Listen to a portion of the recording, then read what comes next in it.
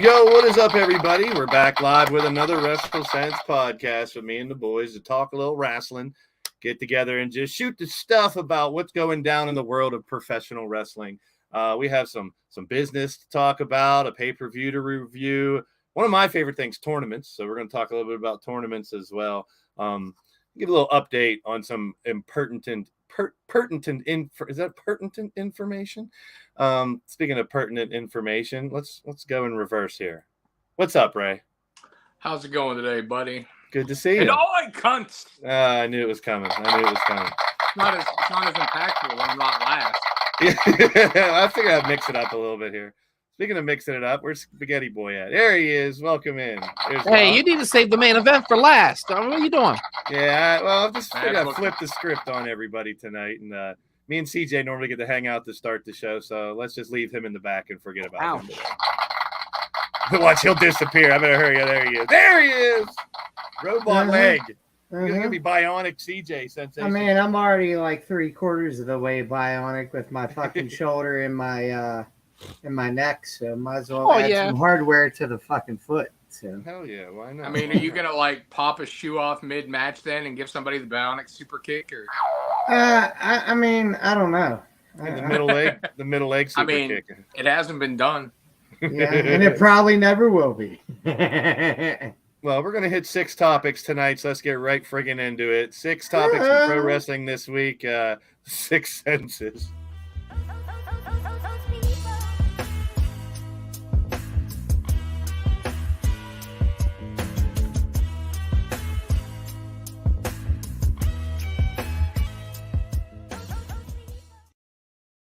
All right, so your WrestleSense is your opinion on wrestling. We all have one, and that's the beauty of it. So let's talk a little bit about how we got up to this week, too, first. We had the draft, which split up Raw, Smackdown, and brought a bunch of people. I think we counted 18 on the list last week. Yeah. They came up from NXT, so we're starting to see more holes filled there. But from the draft, we got Backlash. Well, we're going to be filling some holes. Oh, hey now. So Backlash we got, and because of one match, because we all picked the same thing, Doc is your new pick'em champion because he's the only one to pick Cody Rhodes to win. Every I had match, a gut feeling, man. I had a gut feeling. So overall, Doc, since you were the champ, I mean, just briefly before we started talking a little bit about that. This is a pretty damn good pay-per-view. I enjoyed it, especially you. I love crowds, Doc. The crowd made it, man. I mean, Puerto Rico was so happy to have professional wrestling in their presence. They made that pay-per-view, man. Just the crowd itself. I mean, cheering for Io Sky that first match. They wanted Io, man. They wanted Io to win. Io even looks, I mean, they both look surprised, believe it or not, in that match. And I mean, like I said, each match, man, everybody gave it 100%, I thought. And I mean, they tore the house down. Out of all the matches, though, the one that was the was the 6-man tag. I mean, I enjoyed it, but it just wasn't. I mean, it's time to move on. Let's go with something else. I think there's a fundamental problem with that. I'm going to let you finish your thoughts on the thing, but I could not agree with you more. And it stems back from, in me, to the WrestleMania match. The WrestleMania match, Sammy and Kevin worked this style, which is a very old school style where they took all the heat, hardly any offense till the very last second. The problem is that's just not the style that people want to see anymore. And especially coming out, and they've kept doing this. They did it against the Street Profits. They did it against Imperium. And I just feel like that's not what people want to see from Sammy and Kevin. I want to see crazy offense from them. They're such good workers, and they are great sellers, don't get me wrong, but they're just not that style of babyface right now. Like the Kevin Owens anti-hero babyface kicking ass, that's what people want to see. The Sami Zayn underdog, like, yeah, Sami should take a lot of heat in the match for sure. But I think they're just – I think they're booking themselves wrong, or whoever is producing their matches is just booking them too old school for their own good, if that makes sense right now. I agree completely. I fell asleep. I fell asleep through the middle of that match a little bit. And just like I said, the rest of the matches I was so invested. And I mean, another thing I'll give credit to is like the entrances of Zelina Vega and Bad Bunny. My God, hometown and Bad Bunny's entrance had like it pumped you up. Me too. And I don't even like his stuff, but that was such a great entrance. It was a great match too. You know, I'm not gonna say anything. Singing his song. Yes. Oh man, that's what you want when you're a wrestler, to have that many people all in unison to you. And when we talked about this last week, should let me go to CJ on this. Should that have been the main event, the Bad Bunny and Priest match? No. All right. Because, and again, I've been doing this a lot lately, but I listen to a lot of different wrestling related topics. The reason why it wasn't, now this is not confirmed, so this isn't coming from me, is because they wanted there to be clips for the live local Puerto Rico news to show. Fair. So if that would have been the main event, the news would have already like been started or whatever. I don't know that to be true, but even if it's not true, like someone said on, I don't know if it was Fightful or something I was listening to, that if that isn't the case, they should just say that's the case. Yeah. Well, good, right? I was going to say about that being the main event. Like I've seen the things about that too. And did it turn out? Yeah, I agree, Ray. I mean, it absolutely did. The problem is though, is that could have went a whole nother way. I mean, Bad Bunny is not experienced. They had tons of schmoz. They had tons of schmoz and cameos. Now he did great. I'm not knocking him at all. I thought the match was phenomenal. I mean, but we both know that could have went another way. Just because you've had one or two good matches doesn't mean you're automatically going to put on a fucking. But he's training a lot, Ray. Like there's rumors like he is training, like he finds gyms everywhere he goes, where he tours and stuff like that. And he's really working on this. He loves what he does, man. I think it's so great how passionate he is about the business. Physically, he doesn't look the part, but like, I mean, upstairs in the brain, the dude fucking gets it, man. Yes, dude, I don't disagree with you at all. But I'm just saying, that being his second or third match, like putting it on the main event, it would have been risky. Yeah, it would have been risky. Right. Not to mention the fact that they had so many moving pieces in the matches with the interference from Dom and Finn, the interference from the LWO, the interference from Vega, Carlito, all that stuff. It would have been a risky thing in a main event. And then to put that on above Cody and Brock, who are your current, top guys, A and B, really. I mean, like, at least B and C, you know what I mean? That would have been a slap in the face to those guys too. So let me ask you this, Ray, real quick. See, I loved it, but I feel like this match just wasn't about like Bad Bunny's feud with Priest. I feel like it was a tribute to the Puerto Rico, a tribute to the nationality of what was in the sport today, with Savio Vega, with Carlito. It was great to see those guys. That just doesn't make it a main event, though. No, it does. And I'm just saying, I think that's why they did it. Plus, CJ has a good point. I mean, with the news coverage and everything, now they're actually talking about. There's a lot of people that said they want Backlash every year in Puerto Rico. I am so down for that. It's unreal. Meltzer reported. My dream is to go there one day, believe it or not. I would love to go there, actually. I'd love to. Meltzer. Let's go. Meltzer actually reported, though, that the Puerto Rican Tourism Board paid $1.5 million to WWE to host that event. Yeah. And from what what he had reported, we'll put it that way, is that WWE is open to coming back, but only if they're going to pony up the $1.5 million, like Saudi Arabia does to bring chairs to them. I don't think they have Saudi money in Puerto Rico. And I don't think Puerto Rico can afford to pay $1.5 million every year to bring in the same act. Yeah. Now, as far as the rest of the card, though, man, I agree with Doc. I thought it was great. Fun. Io Sky has looked the best she's looked on the main roster. She was believable. She was great. Zelina Vega was phenomenal. Mm-hmm. I actually even enjoyed the almost match. Yeah. My only letdown was the 6-man tag. Yeah. There's a lot of emotion, like you just said. Definitely Zelina Vega and the emotion that she got, even with the loss, them chanting and screaming for her after the show. I mean, I don't remember a show where it's drawn out so much. The bunny thing throughout that beginning of that match, it was all crowd. Mm-hmm.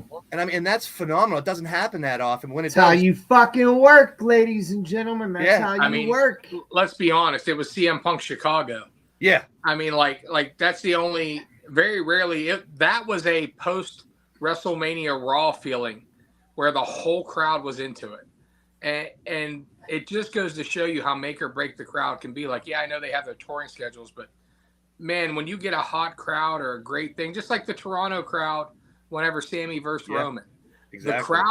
the crowd is that, you know, that other competitor in the ring. They can make or break a match. If they're dead fucking silence, you better have the match of your life.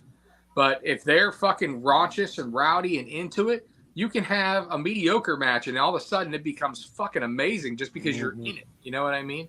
Mm-hmm. So Riley's a good point, and he sees it too. Puerto Rican tribute, and then again the blood at the end of the match. I don't know if that was planned with the Brock stuff. The only thing that I would have done differently, and I know I'm not the first one saying this, is I wouldn't have shown Savio Vega in the back before he came out during that match. Good idea. But they need to sign Carlito too. Yeah, he did. He looked phenomenal. Better than he did in, was it 19 the last time he showed up for something? But that's he looked pretty fucking jacked when he did the Rumble. Yeah, even better now. Which, you know, years later to look better. That's at his age. He's got to be in his 40s maybe. Yeah, Dominic took the apple. Yeah. So, I mean, lips saucy. I can tell you that. Mm-hmm. So I was pleased about the whole thing too, man. I popped for Bad Bunny. I never thought I would. But I mean, here's what I'll say about that. I don't disagree with you, Ray, about, you know, it being his third match, but what he is able to done character-wise, story-wise, in just his third match, some of those guys that are full-time employees need to step their fucking shit up. I agree with you. Him and Logan Paul are like the exceptions to the rule. Yeah, thank you. I don't want to think that any celebrity can come in and do this. I mean, those are exceptions to the rule. I mean, Bad Bunny looked a lot better. Last time, he didn't look like that much of a wrestler to me. This time, he looked a little more upper body. Like he looked like a wrestler a little more. But even if you go to a guy like let's say Steve Armel, whenever he did the match at All In, he didn't look bad. I mean, he looked okay, but there were some clunky moments in there. You know what I mean? Some moments that you could tell he's a newbie. Bad Bunny and Logan Paul have been kissed by like the angel of wrestling because they just, like CJ said, they just get it and it just works. And what I was so worried about was the size differential. I mean, you have Bad Bunny, who's a skinny, small guy, and Damian Priest, who's a beast. And you have the believability issue. Well, one, this guy's also a celebrity. He's not a full-time fighter. You know, blah, blah, blah, blah, blah. But the way they booked the match out with the weapons and with Priest hurting his leg and Bad Bunny, you know, it was done phenomenally. Bad Bunny didn't miss a beat. I really do hope that he's around a lot more. I think he wants to be. But obviously him being the most popular star in the world as they ram down your throat, I'm sure WWE is not the biggest paycheck. So that's just going to be the passion for him is how much are you willing to put yourself through knowing that I could go do a concert in New York City tonight. He's dating a Jenner too, I think, or something. What's that? I heard he's dating a Jenner. Who gives a fuck? I'm just saying. So the guy got a lot going on for him. Pleasantly surprised with the Backlash show. And it led into this tournament, which we'll talk about now, which right now a lot of people are saying it's a little confusing because of how the rules kind of change. I kind of get it, but I mean, there shouldn't be any SmackDown people. Yeah, they originally said Raw, and then they're throwing SmackDown people into it. So, like, is it anticlimactic, I guess, is my question now, that how is a SmackDown person going to win? I don't think anticlimactic. I think it's just fucking stupid. Well, I think they should have put out there that should a SmackDown superstar win, he'll be automatically transferred to Raw. But they've never actually come out and stated that. Yeah. And there's no reason for them not to. I mean, it's not like Roman is in the tournament or something like that where, you know, there could be a schmoz or something like that. Well, the favorite pretty much almost everywhere was Seth. So that's what I kind of mean with the anticlimactic. The way it happened was still good. I don't think Seth should win. I love the tournament aspect. I love the two triple threats and in the match. All right. Well, we'll start. Oh, I'll go first. I want it to be AJ Styles out of SmackDown. I want to see Seth and AJ. Ray, who do you want it to be, and why is it not going to be Seth to win? I would love AJ. I think you have Edge come out of the other side. I think he says he wants to win it and retire with the final. And I think Edge becomes your first champion, and that's his last run, his last little thing. And if I was booking it, what I would do is literally at Night of Champions, Edge hoists the title, Beth comes out, we get fireworks, and then you hear, I hear voices in my head. That's and a Randy good way to comes bring back, him back. and we end that feud and that story over the belt. And that would be just, I mean, how could you go out better? Edge has made no qualms that he wants to go out this year at some time. You know, a lot of talk of, people, even Kenny Omega has been kind of talking about Sting and now Edge. And I know a lot of people don't give a shit about Goldberg, but he's talking about one final match or two. But Doc, I'm good. Who do you see Seth Rollins facing in this? Edge. You like the Edge storyline too? I picked Edge. Yeah. I mean, it's just the simple fact is, give Edge one more run. I mean, either of these guys can hold that belt, and it'll be awesome. I just think that, like Seth, I called that on Raw. After the Cody Brock Lesnar match, of course, we had the meltdown of the century from one typical 8-year-old. Not going to get into it. All I can tell you is that his Brock Lesnar figure was beaten by 20 different competitors. Nice. Yeah, he turned to Cowboy Bill Watts right on Brock Lesnar. It happened. Doc, you got Edge winner. You got him beating Seth too? No, I got Seth beating Edge. Okay. So, but you're saying Edge would have the final run, so maybe he wins it back off of Seth later at SummerSlam or something. Is he going to get a last run as a champion? I guess what I'm getting at. I mean, it's so hard. This tournament is so hard because you have a lot of great competitors in it. If you look at it, I mean, and I look at that side right there, and Edge is the one that stands out to me. AJ too, but AJ just came back. Yeah, that's the thing. It's kind of kicking me too about what I think. They're also not going to move AJ off of SmackDown. Yeah, especially he'll just lose to Seth. He'll lose to Seth, is what I'd say. CJ, who do you got? Seth and Edge, and Seth over. Okay. And that's kind of, that's where I'm sitting too. But I'd like to see AJ. But the way you guys position it, Edge, if it's going to be his last little run, he could use that big of a win at least to get to Night of Champions. Look, I know that I do this a lot as far as the booking goes, but I want you guys to take a walk with me logic-wise. Sure. Okay, so we have Seth and we have Cody both on the same brand. Who is the top babyface on the brand? Is it Seth or is it Cody? It's Cody. I don't know, man. It's Cody. They're both getting such now great we've had a great little feud where Cody won all 3 matches against Seth. Yeah, right? Seth. Mm-hmm. We know that the Cody and Brock feud is not over right now. True. So with all that in mind, look at my face. Edge wins the world title. Seth, pissed off, starts to go a little unhinged. Seth goes heel. Seth becomes the top heel on Raw, which there really isn't one right now unless you count Brock, who's a part-timer. As Brock and Cody finish their story, the number 1 contender feud becomes Seth and Cody. While all that's going on, we have a returning Randy Orton feuding with Edge for the title. Those are your 2 main programs on Raw.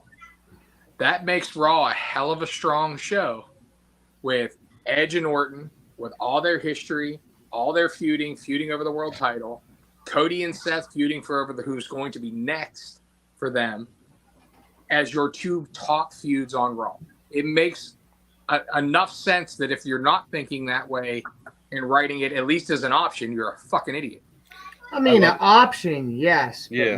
My big thing to maybe, I guess, kind of counteract you, I feel like, and this goes back a few weeks, that I don't feel like Triple H did a very good job of making this title prestigious. I feel like Seth's promo did that very thing. Agree. And Seth has a legitimate gripe that Roman is probably one of the only people that have never beat him. So I think for you to make this title what it should be is Seth has to win it first. I can see your logic. However, I like Seth winning it down the road. Mm-hmm. And then come Royal Rumble season, we hear Seth saying, I have the world heavyweight title. Roman has never beat me. Maybe I won all the titles. Mm-hmm. And I'm going to enter the Royal Rumble, blah, blah, blah, blah, blah. And we kind of see that, even though I wouldn't go that route fully with the storyline. I don't want to see those two versus each other at Mania for all the belts because I don't want to see them unified. But at least there becomes a reason for him to call out Roman Reigns then, because there's a possibility that something could happen. Right now, it's way too early. We're in May. We have 11 months until Mania. Yeah. Until an option of this happening. And again, you talked about building the prestige. I agree with you 100% about Seth Rollins, and his promo did the most, the best PR, if you will, for that title so far. Mm-hmm. Absolutely. However, having Edge, a WWE Hall of Famer and 11-time world champion, win the belt, having Orton win it off of him at some point. No, I don't disagree with that. Champion, and then having Seth Rollins win it off of Orton at some point, who's a multi-time world champion. That builds a nice lineage in the course of a year of that belt, and saying how prestigious this belt is now that only Hall of Famers and future Hall of Famers have held the belt. Yeah. I didn't know it's been this long. And I'm going to share something here that I just found. Because if this is following the lineage of the World Championship, I can't even fucking tell what that says at all. Yeah. It's the only name I care about is the last name. Randy Orton was the last one to hold the World Championship in 2013, according to this, and then it was unified. Technically, if you want to get technical as well, Edge never lost the World Heavyweight Championship. Edge relinquished it in the ring after Mania. Guess what? If you've seen some of the tweets that JTG's been putting out, Bret Hart never technically lost the fucking championship either. Yeah, so true. I mean, I'm hoping that's the lineage that they're going to bring back. I mean, it's obviously Big Gold just updated, and that's the title history that I hope that they're trying to. I didn't know it's been 10 years since that belt's been there. I would have guessed a lot less than that. Let me ask before we move on. Before we move on, and Doc, I want your take on this. You see all these names, you see all these faces. I love the aspect of the Orton return somewhere throughout this. Are we going to get Bray Wyatt at all, Doc, do you think, before SummerSlam? I don't know. I mean, they're keeping everything so hush-hush about him. According to Road Dogg, he's got a new writer. They did talk. We talked about the new writer a couple weeks ago, but I haven't heard holding anything of it. Yeah, thanks for the reminder. I'm a cancer patient, JJ. Yeah, good to see you. Yes. My guy. Good to see you. Watch, he might hit you with a chair. JJ, you're busting my balls. What else is new? All right. Yeah, the referee extraordinaire got himself in a match with Ted Jarvis next month. So we might have to revisit that little. So just real quick to talk about tournaments while we're on tournaments. This women's tournament came up for the vacated NXT Women's Championship, and they had 2 matches already. Just quickly, want you guys' take on who you think is going to come out of this. Tiffany Stratton advanced. What you wanted Gigi to win? Yeah. Everybody wanted Gigi to win. She wants her old name back. Have you heard that? She wants Priscilla Presley back. Priscilla Kelly. I'm sorry. She wants that name back, but I don't think she's going to get it. I mean, out of what's left, I'm saying Cora Jade. I like Cora too. I'm thinking Cora. Here's my take on Cora is she had a title reign as a face, but now she's doing a lot better as a heel than she did at first, in my opinion. I want to see her as a champion heel and see what she can do. Yeah. Doc, who do you got possibly taking this? I was already picking Cora Jade, so I think it's time. I think it's her time. A heel title run. What about I wanted to see Thea Hale in the tournament, but me too. I was bummed. Nice. Ray, do you have a favorite? I don't disagree with you guys. I do think it's Cora Jade. I think if it's not Cora Jade, it's probably Stratton. I agree. Yeah, they are giving her a lot of airtime. I feel like she's gotten better. They are jamming her down our throat, and she's got a good look. She's got good fight. She's not something down her. My cup of tea. Cora Jade makes the most sense. But I have 2 inches of girth, bring her down to earth. They're going and that's a part. All righty, all right. Well, there are some people that want to see Roxanne get it back. I can see that too because she doesn't need to. She never lost it either, right? Didn't she have to relinquish it? Yeah. Mm-hmm. So that there's probably argument for her to get it back too. So we'll see how it goes. NXT's been, but that makes the most sense actually. If you put Roxanne and Cora in the finals, and then Cora cheats to beat her, it just solidifies that heel gimmick, and then you have a nice feud and you're off and running. Yep. Unless, like you say, they want to give a new face and throw Tiffany Stratton in there, which it just seems like they're giving her so much airtime and so much. That's the only way she's going to get better, and by working with people that are better than her. So, and I'll give NXT I'd a like little to credit. see Tiffany and Roxanne. I'd like to see then, obviously, either Tiffany and Roxanne against Cora Jade. We'll see how it goes, and giving a little credit to NXT out there for having some good stuff going on recently. We'll see how that pans out. Breaking news, the big news of the week, which isn't solid yet. It's not done. I see a lot of people reporting that it's already done and it's said and deal. It's probably going to happen. It'll be done they're before waiting the for end it of to June. happen. They just can't announce it yet because AEW and Warner, they have a bunch of meetings next week is one of the reasons why I'm hearing that they're holding it off. It could be other reasons too. Well, the upfronts are next Wednesday. Yeah, the upfronts. Mm-hmm. 5 years, $1 billion is the word of it with AEW Collision in mid-June. And then the name CM Punk coming back, obviously. And then exclusively on HBO Max, which will be Max eventually is what May 23rd, it'll be Max. Yeah. So even if you have HBO Max, it just changes to Max, right? You don't got to. Oh, thank God. Yeah. Big deal? Is this a big deal? I think it's a pretty big deal. It's a huge deal. It's a massive deal. I mean, right now, I think their first deal with Warner was for like $50 million. So, I mean, you're talking a ridiculous increase. They obviously ended Dark and Dark Elevation at the request of Warner Brothers Discovery. Yeah, they want. We're going to get Collision as a second show, which they have more than a large enough roster. And we saw some big returns and some big rumors last night. If you were paying attention, Miro was there last night. Andrade made a statement on Twitter, which kind of sounds like he's coming back as well. Yep. So, I mean, they have enough to split the rosters up and have unique rosters. But I heard it's not going to be like a hard brand split, but it's going to be like, you know, people are going to kind of flow back and forth, but they're going to primarily have a show. And then I heard that Rampage is going to become like a old Sunday night heat type deal. Yep. And then the fact that hopefully Max is gets the entire AEW library. I'm hoping that they start airing Ring of Honor, but that doesn't seem likely right now.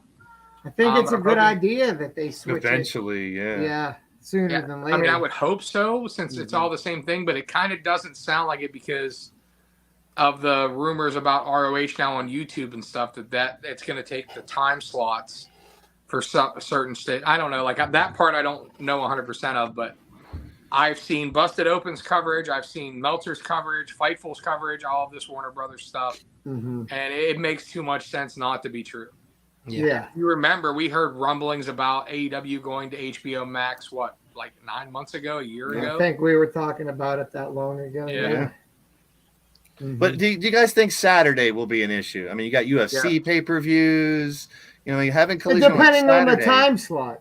8 o'clock. 8 o'clock is what I'm hearing too. I heard 6 and I've heard 8, but I think you would do better at 6 o'clock. I agree. I think you would draw the younger audience in. I think that's how WWE Saturday Night survived that long. I hate to say it, double the both ends of the spectrum. They had the like 12 and under crowd, and they had the 60 and over crowd watching Saturday at 6 o'clock because.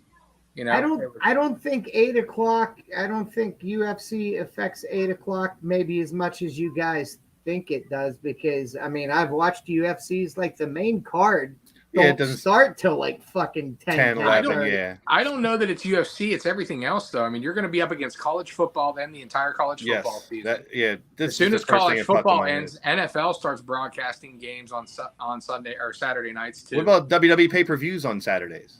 Well, you have pay-per-views on Saturdays, which that's also going to screw up because AEW's held almost all of their pay-per-views on Saturday. I had heard, now again, we'll find out more in the coming weeks, that this Collision isn't going to necessarily always be live.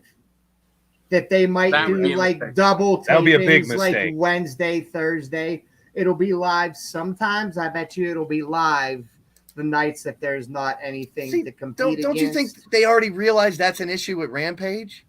People want to, I mean, they would get, if Rampage was live every week, don't you think they'd get more viewers? I do.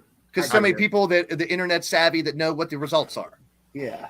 And there's nothing major that's happened on Rampage. They build stories, but Yeah, I was going to say the same thing. Aaron West said 6:05 on TBS. That's old school. I mean, why not lean into the history of it? Yeah. But I do think it's a mistake. I think they should shuffle everything around. I think they, obviously Rampage hasn't worked at 10 o'clock, but I think they should move it to anywhere else. Honestly, like anywhere would be better than 8 o'clock on a Saturday. Well, look what Rampage has to do now because of NBA playoffs and stuff. It's and Saturday I think if at you're 10 again. Do Saturday, I agree. 6:05. Put it early. Yeah. I mean, shit. Put it on at 1 o'clock in the afternoon. Put it on at 10 in the morning. Make it Sunday or Saturday morning wrestling. Like I like them like early morning NXT pay-per-views, like how it was for me. I like that. The afternoon, well, yeah. It was like we'll see. Yeah. I mean, this is exciting news for I think wrestling. Let's be honest. General. This is the DVR generation, so we don't give a shit when it's live. And that's also why I don't like preaching on ratings, because there's so many people cutting the cable. And there's so many other variables to how people watch wrestling nowadays. You can't only use the rating. Yes, ratings are still important, but not as important as they were 10, 15 years ago. Not even close. Yeah. So that's AEW's future looks pretty bright. I'm hyped about it. I mean, the big shows they have coming up, the touring they're coming up. We talked all about the Wembley Stadium show last week and all the hype and all the ticket sales and how that, I think the only report has been, I think it was Meltzer that now reporting that Ospreay is going to be. He's the first name that's pretty much down pat for the Wembley show is Will Ospreay. But they got to pack it. They got to pack it. That's also kind of painfully obvious considering Don Callis is going to be managing him. Yeah, so let's get right into that. I mean, we talked about Cage a little bit before the show, how this was a damn good Cage match, in my opinion. But the turn of Don Callis, I loved it. I don't know how you guys felt about it, but it makes sense with the way the Elite and Blackpool Combat Club is right now to do that turn. Ray, what'd you think about how the execution of the turn and everything on last night's show? Loved it. Loved every bit of it. It's exactly what Don Callis should do. Don Callis is not a babyface, so him being with the babyface Elite doesn't work anyways. I'm glad that they didn't immediately align him with the BCC, and I hope that they don't. And the way that he put on his Twitter, I can't remember the exact wording, but like King of Winnipeg Wrestling Bruv or something like that, meaning he's going to align with Ospreay, which I think is great. And I would like to see Don build his own stable. Like, I would like to see. So we're seeing Omega Ospreay at Forbidden Door is what you're saying. I'm saying something like that at Forbidden Door, but I kind of think they save Omega Ospreay for Wembley. There you go. But I would like to see him build his own stable, like still Takeshita back. Maybe we see Kota Ibushi come in. I would like to see him build his own stable. I mean, you obviously have Aussie Open that are already aligned with Ospreay, but I would like to see this stable warfare kind of continue for the Elite. Like as soon as they get out of the BCC storyline, it's Callis's crew coming for him. You know what I mean? Like it keeps the Elite out of the main storylines while still keeping them a main storyline. You know what I mean? I like that, and I love them as a group. Obviously, we're going to get Hangman Adam Page back here sooner or later, and he's going to realign, hopefully, finally, completing a 3-year storyline.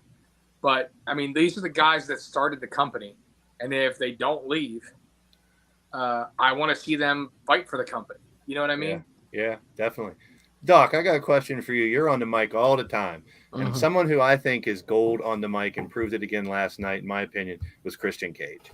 Yes. I really loved his promo. My God, his promo, my God, he had them eating out the palm of his hand. And I love the fact that they were screaming, Edge is better. Really? But what I loved about the end was he didn't acknowledge it too much, but he did in a way where he was just like, you know what, Detroit, screw you. Or I think he said, or kiss my ass, one of the two. And he chucked the mic. So he sort of acknowledged it, but he didn't. You know what I mean? And I love the fact that, like I said, this was really a well put together Dynamite. Like I said, I was glued from the first match all the way till the end. Didn't fast forward anything. It was a good time. So are we, Doc? Do you think we'll ever get Christian and Edge one last time before they're both done? Yes, we will. The question is where. It'll be in WWE. There's Edge is so loyal. True. To McMahon's, and like he even said, he's you know, he you know, they gave him a second chance when he really dropped the ball the first time, Edge, when he did that running paunch and almost broke that dude's neck. I think he broke the dude's neck, or it was one of the Los Barriquas. He did like a God, why is it on the tip of my tongue? I can't forget. But anyways, end up injuring the guy, and they still ran with him. You know what I mean? You know, usually when that happens, you're cut from TV, you're taken away. I mean, yeah, he kind of got pushed into the Brood, but that just elevated him more than it did anything else. So. You ready for my match of the night last Hold night? on, let me see if I can guess it, because I was going to you next, CJ, and I always go to two different styles, but one hell of a match between Claudio and Ray. Yep. Tell me about it. We were thinking the same. Dude, I love this match. Phenomenal. And it wasn't like really, to me, like a super spot fest like you're used to with Ray Phoenix. And I think I said a couple weeks ago something similar about Bandito, that like the guy is showing that he could like work and not just do flippy stuff. And while Ray Phoenix does all the flippy stuff, so does Bandito, but like just the storytelling and the way the pacing of the match was and working the body part, it was great. And I think runner-up for me would be Orange Cassidy and Daniel Garcia. Every week, Orange Cassidy. Really every fucking week, Orange Cassidy's putting on great matches. I love that they're building that title as a TV title. It's for all those people that like don't get Orange Cassidy's stick, it's not a fucking shtick. The dude could fucking work his fucking tits off. What about Ray's barricade Hurricane Rana? Oh, insane. Awesome. It was phenomenal. Insane. Phenomenal. Only one thing is kind of weird, and this is nitpicking because I love the show from top to bottom, was Moxley trying to get the fucking turnbuckle out, and he's in the corner basically humping the fucking cage for a while trying to get that fucking thing to come off. I just thought it was funny. And here's what I'll say about the Don Callis thing. While I think you guys said it right, but hear me out. I know this is not going to happen. What if this is just Don Callis giving tough love to Kenny Omega for Callis getting that mark on his head? Yeah. Well, they also said, it's different. Once you bleed, you can be in the Blackpool Combat Club, and he's bled. So. The BCC doesn't need a mouthpiece though. I hope they're teasing that too, Ray, and I hope they don't do it either. He doesn't need to fill in Regal's shoes. Yeah, you have Moxley, you have Bryan. I mean, Regal made sense because he put it together. But you have Bryan as a mouthpiece, you have Moxley as a mouthpiece, who are two of the better promos in wrestling, if not two of the, I mean, especially Moxley, one of the top promos in wrestling. And Bryan can hold his own. So you don't really need that unless they plan on adding more, unless like Wheeler's not great on the mic, but he's not terrible. No, and Claudio has his own charm to him on the mic. So, like, they don't need a mouthpiece. I would much rather see them. And aligning him with Ospreay makes sense because Ospreay's not going to be on TV.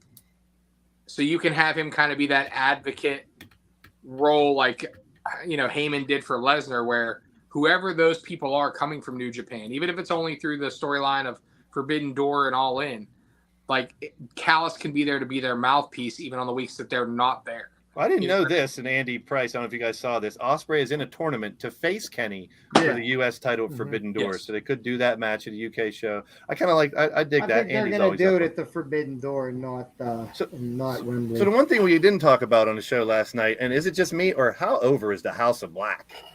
Oh, I kind of dug the lights being down for that match. I too. It was different. It was very old school, very 70s-ish, where they don't show the crowd at all. I loved it. I like it. And I love the rules where if you want to face us for our titles, these are the rules. No rope breaks. I love that. Yep. And how much of a banger is Julia Hart's like her own theme music for her? I was just gonna say it bleeds over to Julia Hart too. Hard, bro. Her entrance along with the House of Black. I mean, it's phenomenal. Those guys got it going on right now. And need money. I think that was just really good stuff from top to bottom. Yes, money, please. Give me some money. Where are you going to get that?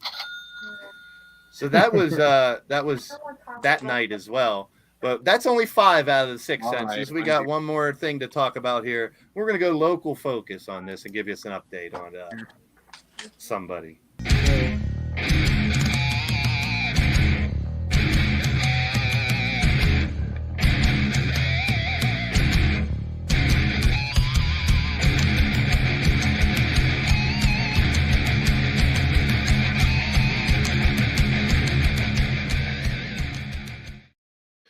So we did highlight Local Focus a couple weeks ago. We had Tad and JJ on here talking shit with each other. We prepped up another CJ Sensation Preston Everest match, and we kind of hinted on it last week that there was an injury, and we're all hoping that CJ gets better as quick as possible. But there was something I saw after the match that I want to talk about. So let's take a look at what happened after CJ's match with Preston Everest.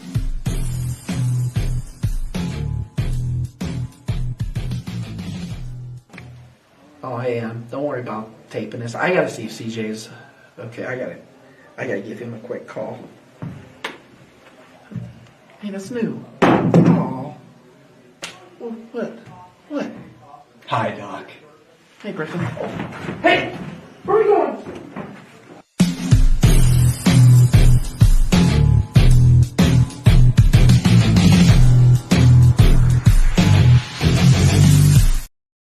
So big shout out to Emily Doyle, our correspondent for Local Focus, for giving us the content to use on the show today. So, CJ, I definitely want to get, what happened and where you're at. But, Doc, you first. What's going on here with Preston Everest? I mean, you didn't really get to call CJ and check on him, and then you walking out with Preston. I mean, what can you tell us? I wouldn't say I was walking out.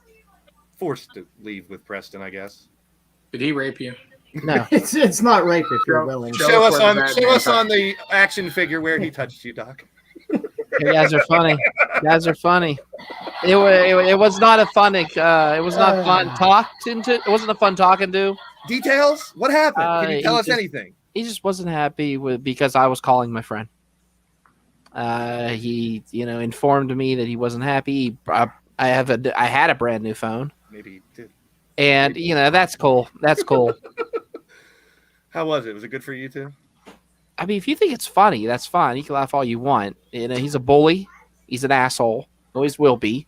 That's what I want the details. Fill in the blanks for me, Doc, so we don't have to draw our own conclusions. If you really want to get technical, he doesn't appreciate what DH says about him on here. He doesn't appreciate what CJ says about him on here.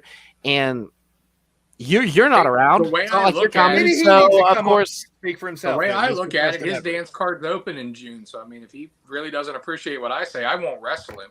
I'm retired, but I'll punch him in the mouth and take his mom out for a steak dinner.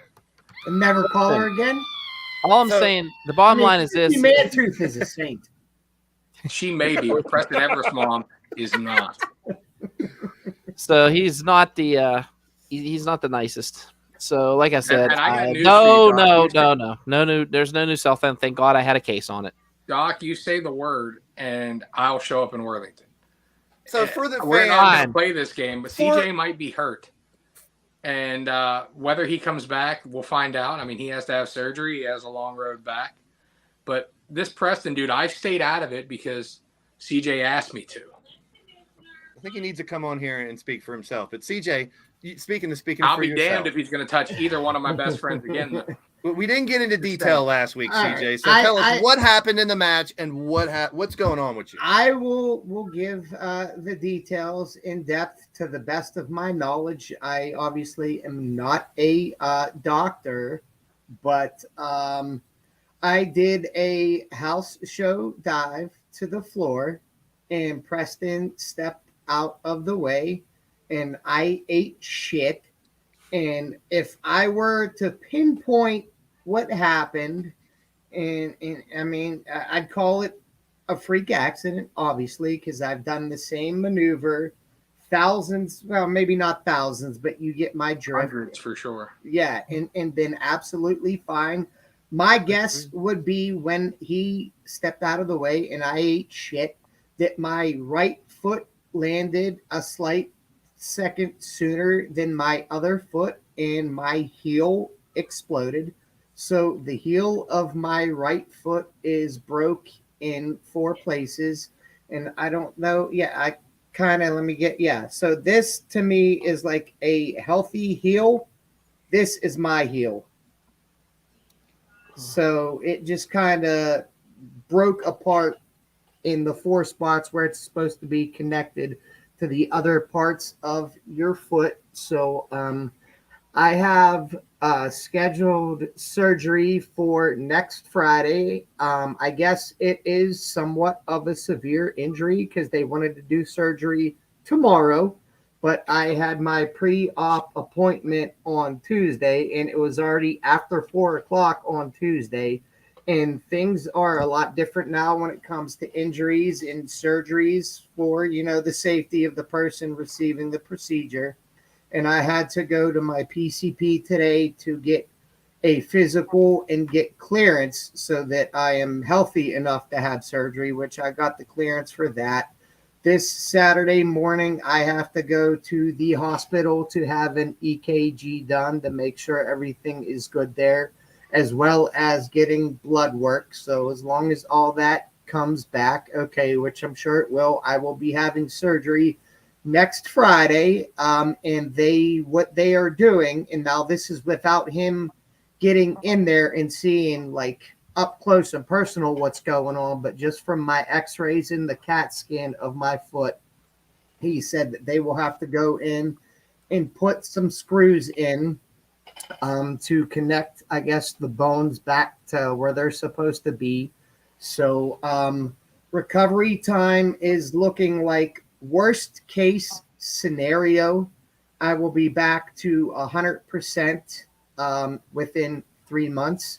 And I did discuss with the surgeon, there was a possibility that this would heal without me having to have surgery. But the first thing he said is that there would be no more sports or anything like that without a massive amount of pain and massive pain down the line. I mean, I would be back to pretty much normal, but not be able to enjoy the things I love the most out of life. So I said to him, Dudes. What's that? Other dudes. Right? Getting drained by dudes. I mean, it's serious though. My big question to him was, if you were me, and the surgeon, he's the same exact age as me, and he said, get the surgery. So I agree. I'm getting the surgery, and I can get back to full contact, any type of sports activities that I want within 3 months.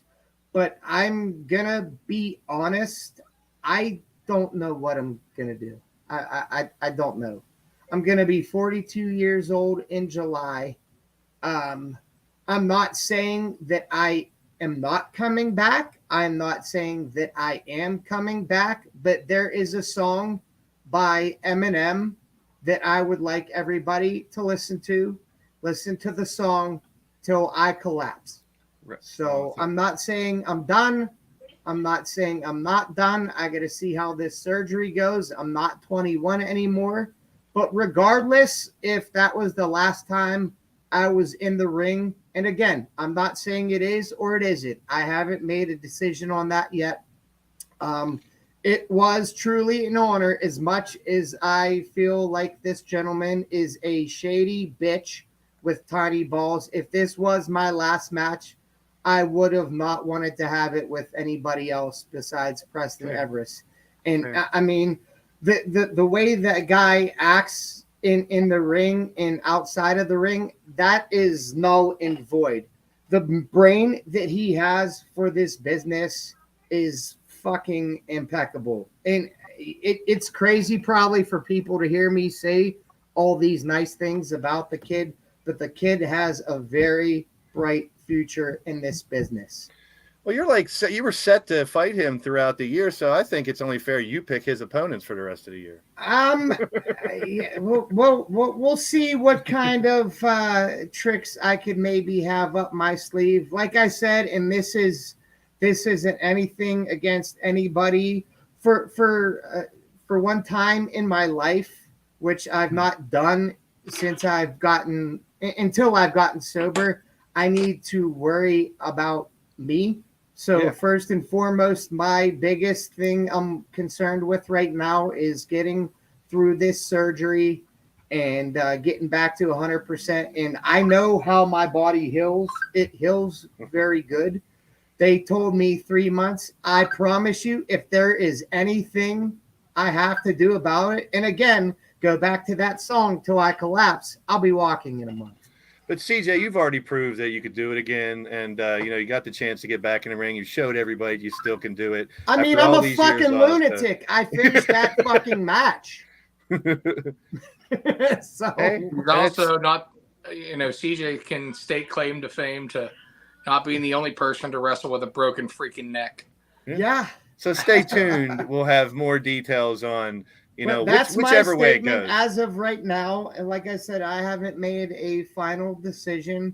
I want to heal up and see where I'm at, and we'll go from there. And I appreciate all the love and support. It does help me. And I know, just real quick, and I'll shut the fuck up, but May is Mental Health Awareness Month. So this extra love and support, we all deal with mental health. And I deal with mental health on top of addiction.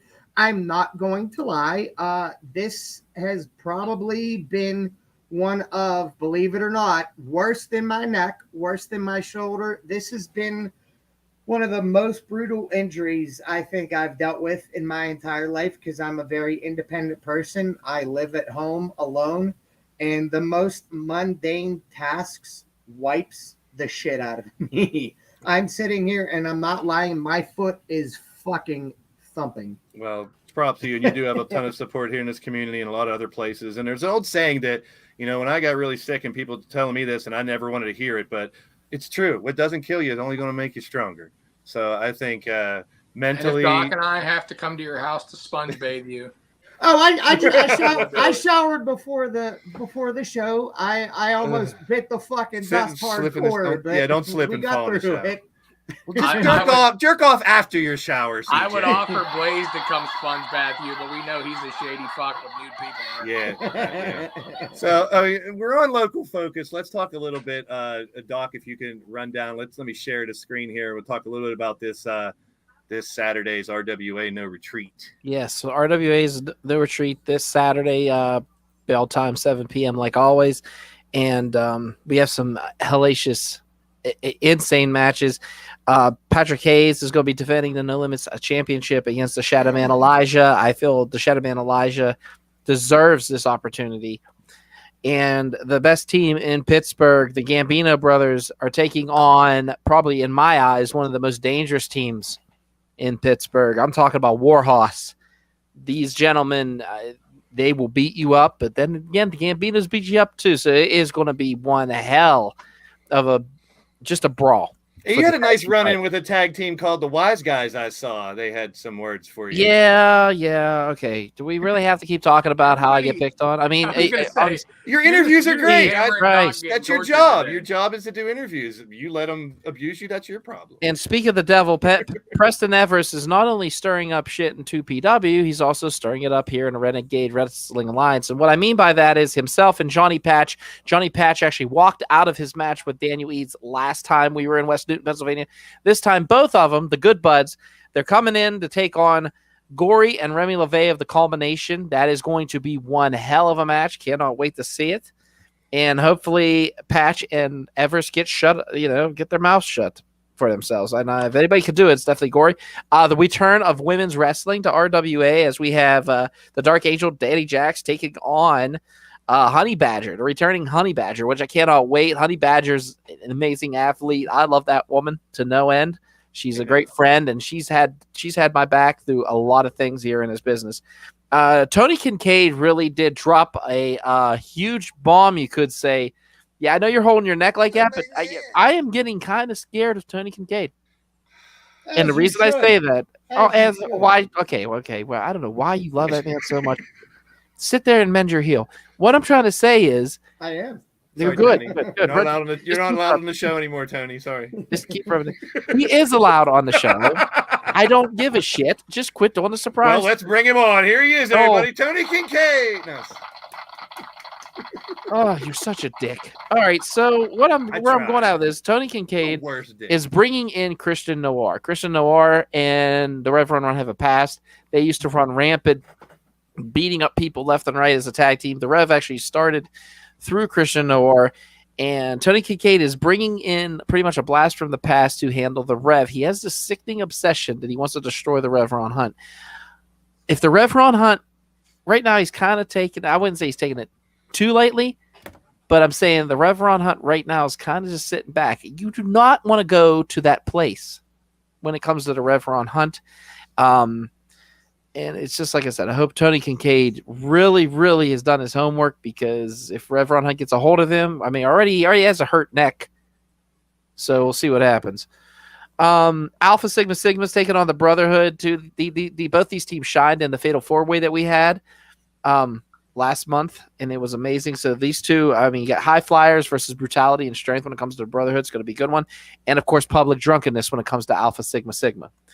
Lights Out Johnny Norse has been making a wave, and he's taking on, that's right, the Sleeper Don Murphy. The Sleeper Don Murphy, you just got to, he's a spectacle in itself. That's all I'm going to say about that. So can the streak of Johnny Norse be destroyed? I doubt it, because Lights Out Johnny Norse, he means business. Christian Noir is actually going to be taking on Stevie LaBelle. So Tony Kincaid has set up this match for Stevie. I like Stevie LaBelle, the Ronin, but I mean, he's had some bad luck in West Newton, and I think it's going to get worse when he has to enter the ring against Christian Noir. Like everybody has bad luck in West Newton. Well, yeah. I feel like there should be like a hand job on a pole match. There we go. There, Wait. Wouldn't it be a hand job to a pole match? Both. Wheels, I tried to promote the show. I really fucking did. Anyways, RWA No Retreat this Saturday, West Newton Gymnasium, 7 p.m. Doors open. Come on, Excalibur, spit it out. And you can meet the famous Aaron West as well. That's right. mean, I don't live from far from West Newton. I'm just saying. I will be in Reading, Pennsylvania. So for those with a foot fetish. What are you doing in Reading, Pennsylvania? CJ wanted to show everybody. Oh my God! Look at them little piggies. That gets me so horny, man. I just want to suck on that big toe. Put that shit on OnlyFans. I need some money. I need money to pay medical. Can I tell you what that shows right there? Integrity. Gory Feet Finder is a thing. This little piggy went to market. But that's literally what my foot looks like yesterday. So almost 2 weeks since my injury, and that's still what it looks like. Yikes. Well, the simple fact that you finished the match with that, okay? So that's integrity to me. Okay. Integrity. What did Vince used to call it? Testicular fortitude. Yes, testicular fortitude. Go with it. It's called being a fucking lunatic that doesn't register pain. We got 8 seconds to do at the end of the day. Right at the end of the day, right? Okay, at the end of the day, Doc. Okay, at the end of the day, CJ. Okay, fuck you guys. We're done. We're out of here. Wow. Anyone have anything to say for at the end of the day? CJ, go at the end of the day first. CJ. At the end of the day, it really is a good time to be a wrestling fan. And I know we say it all the time, but I can't stress it enough to support your local independent wrestling promotions, because the stars that put their bodies on the line there could very well be your next WWE champion, your next AEW champion. So, I mean, true. Without the fans, we don't have shit, and that was proven at Backlash in Puerto Rico. Yeah. Puerto Rico, oh, Doc, end of the day, brother. End of the day, enjoy wrestling. I'm done. Oh, jeez. I've heard that saying somewhere before. Mm-hmm. Ray? At the end of the day, doing this podcast made me realize how fucking gray my beard is. And then come on, no, right there with shit. I don't want to hear it. Right there with you, please. Preston Everest, tell your mom to call me. Oh no, JJ, tell your mom to call me. Great, I'm gonna have another. Who'd you say? Did you say for my mom to call you? JJ. No, I was gonna say. God damn, you're in bad luck, bud. JJ, you need a fucking Ouija board. Yeah. Peace and Jesus positive vibes, Christ. everybody. We'll see you next week with more WrestleSense. Should be with more nonsense. I think it should be wrestle nonsense. It is Should be wrestling with these nuts. Oh, geez. Oh, that's right, JJ. I forgot about that. I apologize. Well, I don't need to apologize. I guess I got to apologize. I was I'm gonna supposed say to know Blaze is the everyone's cocksucker. parents are alive. I didn't say shit, so I'm innocent. Your beard Blaze is the better. poison. Heal. Go JJ, Tad your Jarvis. beard is Go definitely better. I Tad will give you Jarvis. that credit. Your beard is fucking Fuck JJ. it rocks. Hand man. jobs for everybody. LTD will be live in a few minutes, people. Stay tuned. Hand jobs. Hand jobs for Preston's everyone. mom. Oh, yeah. Wrestling podcast. We're going to have a DJ surgery party next week. We might have to, bro. We might have to. Hey, CJ, as a get well gift, you want me to give you Preston's mom's OnlyFans? Yeah, Preston's mom for the